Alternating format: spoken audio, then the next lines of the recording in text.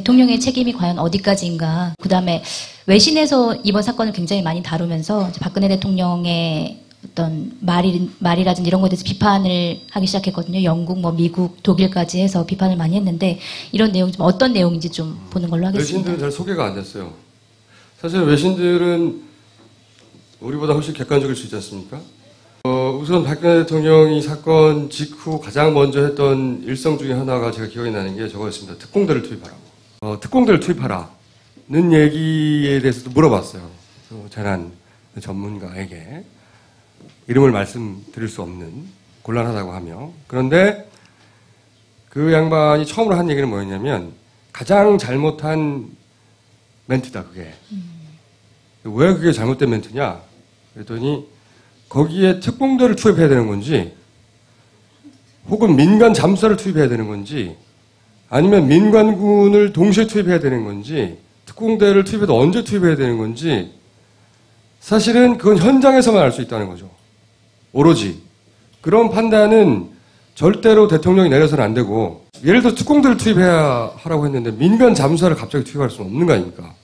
대통령은 그런 명령을 내리는 게 아니라 필요한 자원이 있으면 각 부처를 교통정리하고 지원을 최대한 신속하게 해주는 부처끼리 교통정리가 안 될 때 그런 역할을 해야지 아주 구체적인 지금 각 방마다 특공대를 투입하라는 명령은 대단히 잘못됐다고. 그런 명령을 하는 순간 현장에서 혼선이 발생할 수밖에 없다고. 생각해보면 정말 이종인 대표의 다이빙벨을 투입하는 데 많은 얘기도 많았잖아요. 오랫동안. 그런 판단 자체가 안 이루어진다는 겁니다. 현장에. 현장의 판단 기능을 상실시켰다. 그 명령 하나가. 라고 그분은 그 사건 난날 얘기했어요. 이거 잘못된 명령이라고. 시스템을 전혀 모르는. 그 시스템에 관한 얘기는 또 하기로 하고요. 그 외에 굉장히 많은 멘트들이 있었는데 짚어주시면 어떤 이야기들이 있었습니까? 맨 처음에 이제 침몰 사고가 발생하고 처음으로 해양경찰청장한테 전화를 걸어서 얘기한 게 방금 말씀하신 특공대를 투입해서 여객선 선실 구석구석에 남아있는 사람을 확인하라 이렇게 지시를 했고요.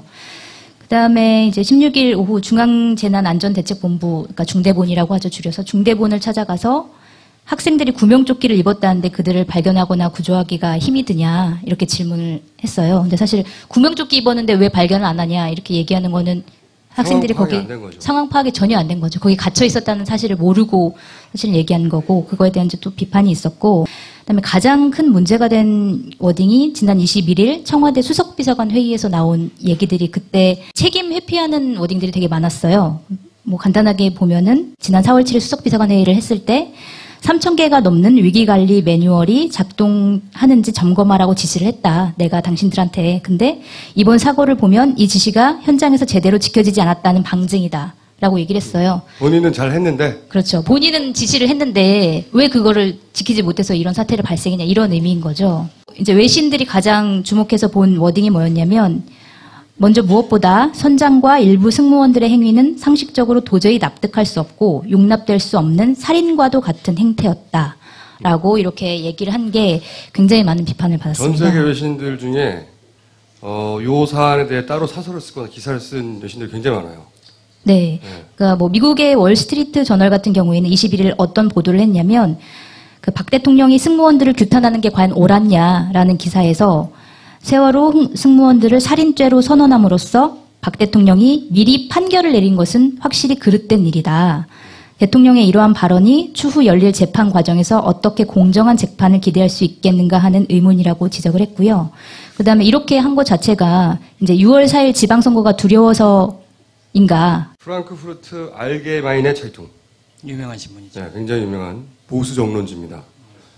조선일보하고는 다르게 정론지예요. 근데 여기서도 똑같은 얘기를 했어요. 단어 선택의 도가 지나치다.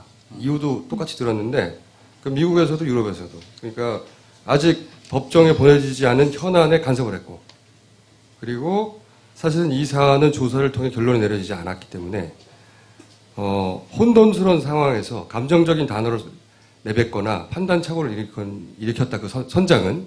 그렇죠? 그런데 정치인은 그러지 말라고 있는 게 정치인인데 그런 감정적인 단어를 뱉어냈다라고 비판을 했어요. 가디언에서도 뭐 비슷한 내용으로 보도를 했는데 이제 세월호 침몰 소식을 전하면서 서방에서는 이러한 국가적 비극에 뒤늦은 대처를 할 경우에 지지율은 물론이고 자리를 지킬 수 있는 지도자가 있을지 확신할 수 없다. 그다음에 이제 박근혜 대통령의 여론 통제에 대해서도 사실은 이거에 대해서 많은 사람들이 비판을 하고 있는데요. 그러니까 역시 21일 수석비서관 회의에서 뭐라고 얘기를 했냐면 지금 SNS와 인터넷을 통해서 온갖 유언비어와 루머가 많다. 이런 것은 사회적 혼란을 야기시키는 불순한 의도가 있는 것이라고 생각한다. 이런 거짓말과 유언비어의 진원지를 끝까지 추적해서 그들의 행동에 대해 책임을 지도록 해야 할 것이다. 라고. 그러니까 대통령이 나서서 이런 식으로 유언비어나 그러니까 합리적인 의혹이 있을 수 있고 여러 가지 제보가 있을 수도 있는 상황인데 이런 것들을 불순 세력 이런 것들을 선동하는 거다. 이런 식으로 이제 여론 통제를 하고 있는 부분이 굉장히 좀 심각한 부분이고 이게 겁을 주는 거잖아요. 그저께인가요? 박근혜 대통령 지지율 견고. TV조선. TV조선이었나요? 네. 미친 거예요. 진짜로. 네. 그 리얼미터 조사 결과였는데 그러니까 전문가들이랑 통화를 해보면 뭐라고 얘기를 하냐면 조사 시점이 박근혜 대통령이 체육관을 방문해서 이제 이렇게 감싸는 모습을 보이고 한 직후에 조사가 된 거기 때문에 사실 지금 이렇게 비판이 나오는 상황이 이제 담겨져 있지 않은 상황이다. 그리고 지금 시점에서 여론조사 회사조차도 이제 지지율 변화 추이를 이제 조사를 하지 않고 있는 상황에서 그런 보도를 한 거는 좀 상식적이지 않은 거죠. 그래서 이런 상황인데 지금 청와대에서는 이제 책임 회피하려고 되게 급급해하는 상황이 오늘도 벌어졌었는데 그 일부 언론에서 청와대에서 컨트롤 타워가 제대로 작동하지 않은 거 아니냐 이렇게 지적들을 많이 했는데 오늘 이제 김장수 청와대 국가안보실장이 민경욱 청와대 대변인을 통해서 뭐라고 얘기를 했냐면 국가안보실은 재난 컨트롤 타워가 아니다. 우리는 안보, 통일, 정보, 국방 분야의 컨트롤 타워지 재난은 아니다. 이렇게 얘기를 한 거예요. 이거 관련해서는 사실 김보협 기자가 할 말이 많이 있어요. 그죠? 제가 노무현 정부 때 정치 담당 기자를 하면서 청와대를 한번 방문할 기회가 있었는데 요새 나오는 지하 벙커 거기를 갔었습니다. 벙커를 노무현 대통령 때 만들었거든요. 네. 그때 이제 유희인 장군이라고 그 컨트롤 타워의 총책임자였고 우리가 이렇게 갖춰놨다. 한번 기자들 와서 보라 해서 초청 형식으로 간 거죠. 청와대 그 앞 도로에서 멀지 않은 곳에 들어가면 지하 벙커로 연결이 되고 인상적이었던 게 옆에 책꽂이들이 쭉 있습니다. 그래서 각종 재난, 사고에 대한 매뉴얼들이 있는 거죠. 그래서 해난 사고 나면 그걸 딱 꺼내면 첫 번째 해야 될 조치들 쭉쭉쭉쭉 이렇게 적혀 있는 그런 게 있었고. 그러니까 그때만 하더라도 이런 재난도 역시 컨트롤 타워는 청와대였어요. 그렇게 만들었습니다. 그때 NSC를 강화하면서 재난에 대한 컨트롤 타워도 거기가 맡기로 했었고. NSC 사무처를 만들었죠. 네. 그리고 거기에 이제 이렇게 테이블이 있고 이런 정도 크기의 화면이 있습니다. 네. 연결을 하면 우리나라 지도가 나오고 곳곳에 움직이는 비행기나 배 이런 것까지 다 나오고 현장을 직접 연결을 하려면 또 연결이 되고 그래서 그 안에서도 필요한 조치들을 바로바로 내릴 수 있는 기능이 있었었죠. 근데 그게 NSC가 이명박 정부 때 약화됐고 지금은 또 다시 또 어떻게 됐는지 모르는 거죠. 저도 사실은 그 유 장군님한테 얘기를 잠깐 들었는데 이 사고 나서 궁금해서 도대체 누가 책임져야 되는 거냐 그랬더니 그게 원래 있었대요. 위기관리센터가. 이거를 총괄하는 것은 청와대로. 지금은 자기들은 아니라고 그러잖아요. 이런 재난은 청와대가 총괄하는 게 아니라고 하는데 분명히 만들었다.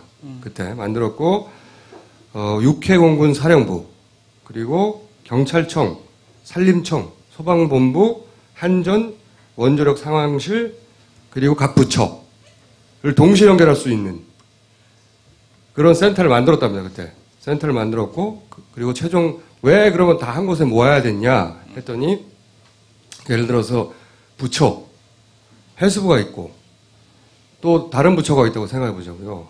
행안부가 있고 부처는 부처끼리는 횡적인 조직이기 때문에 하나의 사건이 생기면 적어도 8개, 9개의 부처가 동시에 관여가 되는데 그 부처 간의 연결을 컨트롤할 수가 없다는 거죠. 자기.